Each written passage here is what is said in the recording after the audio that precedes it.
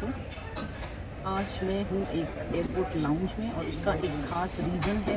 मैं अकासा एयरलाइन की फ़्लाइट से अहमदाबाद से बेंगलुरु जा रही हूँ और पिछली रात 9 बजे की फ़्लाइट थी जो लेट होते होते अब आज शाम 4 बजे की हो गई है। क्योंकि मुंबई में अगर आप लोग देखेंगे या पढ़ेंगे, ढूंढेंगे, याद करेंगे न्यूज़ में कि एक प्राइवेट जेट का बारिश होने की वजह से एक्सीडेंट हो गया, वो स्किड हो गया था। तो उस वजह से बहुत सारी एयरलाइन को इफ़ेक्ट होना पड़ा और उस वजह से मेरी ये वाली जो फ़्लाइट थी ये भी बहुत लेट हो गई, कुछ ज़्यादा ही लेट हो गई।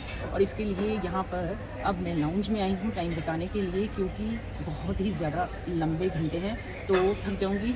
इसलिए अब मैं आपको यहाँ का जो ये लाउंज है इसके बारे में अंदर से दिखाऊंगी और साथ में बताऊंगी कि इससे पहले जब बाहर लोग पैसेंजर कन्विंस कर रहे थे उनको और उनसे जानना चाह रहे थे अकासा एयरलाइन के स्टाफ से कि हो क्या रहा है, वो कर क्या रहे हैं पैसेंजर्स के लिए, उसके बाद मैंने किस तरीके से सीट पर ही अपना टाइम बिताया है। सभी लोग उसी तरह से टाइम बिता रहे थे, कोई इलाज ही नहीं।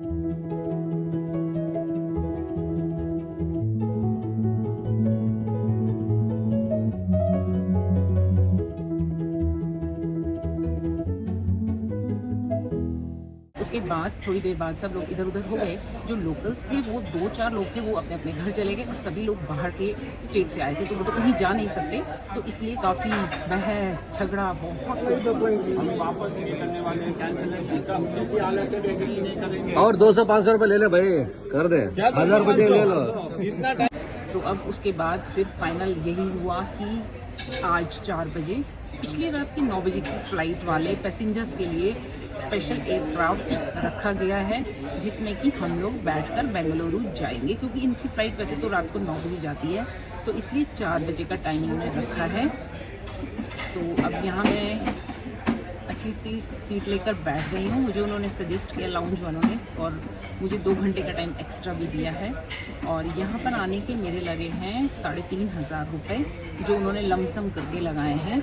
बाहर के होटल मैंने देखे ऑनलाइन तो वो इससे कम पड़ रहे थे, लेकिन चेकआउट टाइम है सुबह 10 बजे तो मुझे तो कोई फ़ायदा नहीं होगा और फिर आना जाना पड़ेगा, लगेज लेना पड़ेगा, वो सब किस तरीके से मैं करूँगी आपके साथ ये भी अभी इस वीडियो के अगले हिस्से में आपको मैं दिखा देती हूँ। और इस लाउंज में खाना पीना, वॉशरूम क्या फैसिलिटी है, उसी तरह की फैसिलिटी और भी लाउंजेस में होते हैं तो मैं वो भी आपके साथ शेयर करती हूँ ताकि आप कभी इस प्रॉब्लम में फंस जाएं या वैसे ही लाउंज एंजॉय करना चाहें तो यहाँ का कल्चर क्या होता है, यहाँ का प्रोटोकॉल क्या होता है, यहाँ के चार्जेस क्या रहते हैं, वो मैं आपके साथ सब शेयर करूँगी। चार्जेस तो मैं बता ही चुकी हूँ आपको, 3500 रुपये उन्होंने लिए हैं।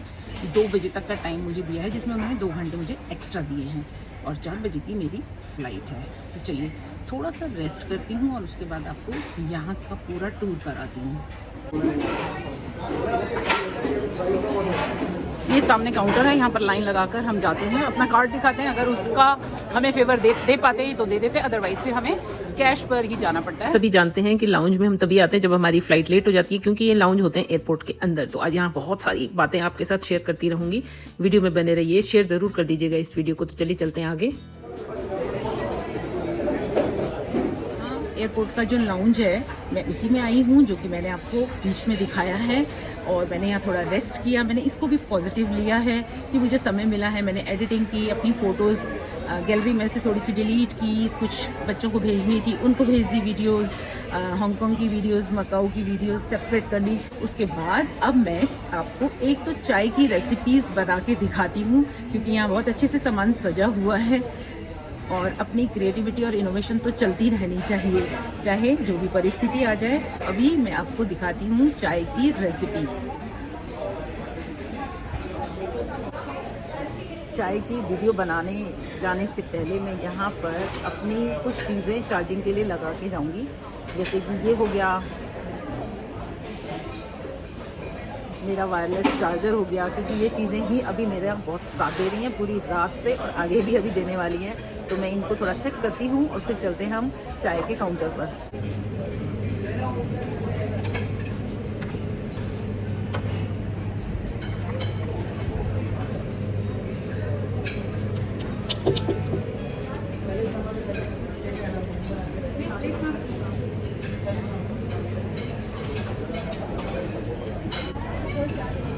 एक्सक्यूज मी, यहाँ पर हनी रखा था ना? हनी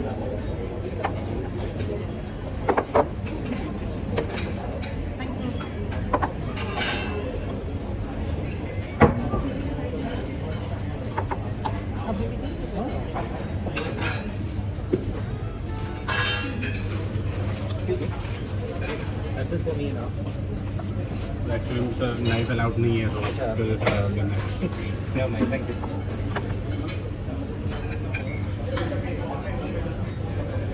एयरपोर्ट की वजह से ना। हाँ जी हाँ जी। अच्छा मैंने खाया ना, मैंने भी सोचा यार नाइफ क्यों नहीं, लेकिन ये आया नहीं आइडिया कि इसलिए नहीं है। वेजिटेबल शॉपिंग कैसे करते हैं? ये सारा बाहर से आता है। अच्छा चॉप्ड आता है सारा बाहर से। ओह ऑब्जेक्ट अलाउ नहीं है। हाँ बिल्कुल बिल्कुल छोटा मोटा चीज़ के लिए पानी चलाना। बिल्कुल बिल्कुल, एयरपोर्ट है तो ये सब तो होना ही चाहिए सेफ्टी के लिए ना।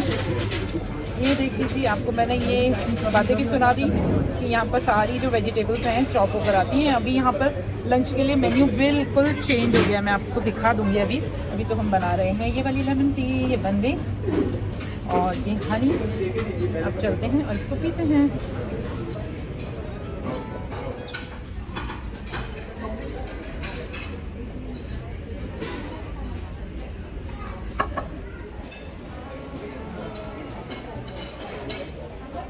कैसी लगी आपको रेसिपी? अगर अच्छी लगी है तो आप बना के देखिएगा, बहुत अच्छी लगती है। इस चाय को मॉर्निंग में एज अ मॉर्निंग टी भी पी सकते हैं। ये चाय पीती हूँ, उसके बाद आपको अगर हो सका तो यहाँ जो लंच के लिए बुफे लगा है वो एकदम अलग है, तो वो दिखाती हूँ। फिर अपना थोड़ा फेस ठीक ठाक करती हूँ क्योंकि सारी रात से फेस एकदम अजीब सा लग रहा है। और उसके बाद फिर मुझे यहाँ से बाहर भी जाना होगा। अगर लंच कुछ खाना होगा तो थोड़ा सा खाऊंगी, वरना इस तरीके से बैठे बैठे भूख भी नहीं लगती है। तो प्लीज़ वीडियो को पूरा देखिए।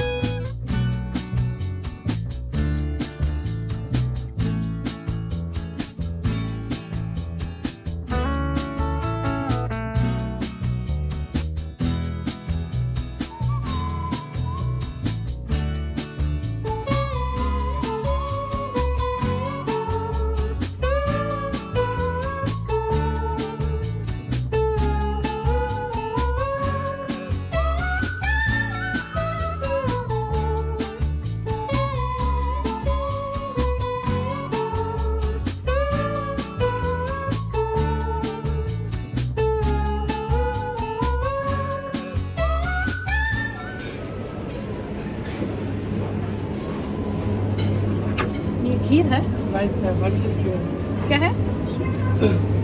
अच्छा अच्छा, वर्मिसेली खीर, ठीक है।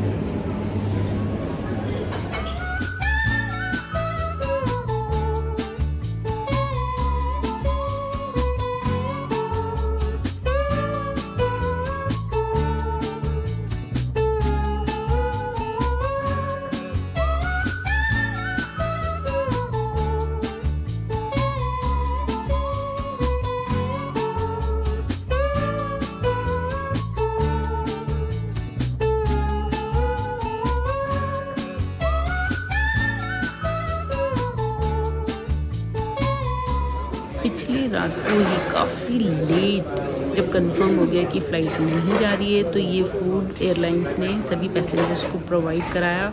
और उसके भी फिर काफ़ी घंटों बाद कहने के बाद, मांगने के बाद ये चाय उन्होंने हमें प्रोवाइड कराई है। बहुत ही ज़्यादा हेक्टिक ट्रैवल था। नया बोर्डिंग मिल चुका है और इसके ऊपर ध्यान देना था कि जो पीछे ये चिट लगी है ये आज दोबारा से मेरे सामान पर, मेरे लगेज जो कार्गो में मैंने भेजा था उस पर लगी होनी चाहिए, क्योंकि कल वाली तो कल की थी। तो जब मैं बेंगलुरु जाऊंगी तो मुझे प्रॉब्लम ना हो, इसलिए इसको लगवाने में पहले वहाँ से सामान मंगाया गया, उसको दोबारा से जो टैग लगाए जाते हैं वो चेंज किए गए आज की फ़्लाइट के अकॉर्डिंग, ताकि बेंगलुरु में मुझे वो सामान सही सलामत मिल जाए। तो ये आप लोग भी ध्यान रखिएगा, क्योंकि मेरे सामने मेरी फ़्लाइट के कुछ लोगों को दूसरे स्टाफ ने बाय मिस्टेक ऐसे ही भेज दिया। फिर वो लोगों ने आपस में डिस्कशन किया, अब वो जो भी करेंगे उनका करेंगे, वो मैं नहीं जानती। तो अब मैं रिलैक्स्ड हो गई हूँ इतना सारा वेट करने के बाद। अकाशा में तो शायद दोबारा अब नहीं जाने की हिम्मत होगी, और अब मैं यहाँ वापस आ गई हूँ, थोड़ा फेस ठीक किया अपना। अब जाने का टाइम आ गया है, तो मैं अपनी सारी चीज़ें समेट रही हूँ। और उसके अलावा इस बीच ही हमें अपना अगली फ़्लाइट का बोर्डिंग पास ले लेना चाहिए, और अपने जो कार्गो बैग्स हैं उसके टैग्स चेंज करा लेने चाहिए, जो कि मैं वीडियो ऑलरेडी बनाकर चैनल पर अपलोड कर चुकी हूँ। आप प्लीज़ ज़रूर देखिए, क्योंकि ये वाली प्रॉब्लम किसी के साथ कभी भी हो सकती है। और मेरा यहाँ टाइम बहुत अच्छा बीता है, क्योंकि ये मेरे साथ आज यहाँ सेकंड टाइम हुआ है, तो मुझे थोड़ी नॉलेज थी। लेकिन कई लोगों को इसके बारे में बिल्कुल भी पता नहीं होता, वो कितनी बार ट्रैवल कर लेते हैं। तो प्लीज़ इस वीडियो को उन लोगों के साथ शेयर ज़रूर कीजिए, ताकि वो भी इस सुविधा का लाभ उठाएं। और यहाँ आने के लिए कोई बहुत पैसा भी नहीं लगता है। तो अब मेरा जाने का टाइम पास आ रहा है, तो अब मैं निकलती हूँ बाहर, और बने रहिए। अब मैं अपने बोर्डिंग गेट पर जा रही हूँ, और ये है लाउंज। मैं आपको दिखा देती हूँ आगे से कैमरा पलट कर। मैं इस लाउंज में काफ़ी घंटे रही हूँ, मुझे याद भी नहीं है, लेकिन मैंने एयरपोर्ट पर इस ट्रिप में 20 घंटे बिताए हैं। लेकिन ऐसा ज़रूरी नहीं है कि फ़्लाइट डिले हुई है तभी लाउंज का इस्तेमाल कर सकते हैं। वैसे भी अगर फ़्लाइट में थोड़ा टाइम है तो हम कुछ घंटे लाउंज में बिता सकते हैं, क्योंकि वहाँ खाना पीना बहुत अच्छा फ्रेश मिल जाता है, और आराम करने के लिए बहुत अच्छी सुविधाएँ वहाँ पर मिल जाती हैं। एक नज़ारा अब एयरपोर्ट का फिर से देख लीजिए। और 2-2.5 घंटे की जर्नी को 15-20 घंटे में करके मैं वापस आ गई हूँ बेंगलुरु। तो अगर आपने इस वीडियो से कुछ सीखा हो तो प्लीज़ शेयर ज़रूर कीजिएगा, लाइक कीजिएगा। Thank you for watching, bye bye.